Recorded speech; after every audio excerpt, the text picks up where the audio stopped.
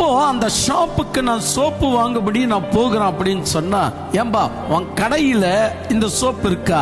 ஆமாங்க அண்ணாச்சி, சோப்பு இருக்கு. ஓகே, இதுல குளித்தால் நம்முடைய உடம்பு சுத்தமாகுது, நாம சுத்தமாகணும். இது வரைக்கும் நீ யோசித்தது கரெக்ட். நம்ம வாழ்க்கை உண்மையிலேயே அந்த சோப்பால சுத்தமாக்கப்படுகிறது. நான் சுத்தமா இருக்கிறேன், என் குடும்பம் சுத்தமா இருக்கு, நோய் இல்லாம இருக்கு. இந்த சோப்பாச்சு நானாச்சு.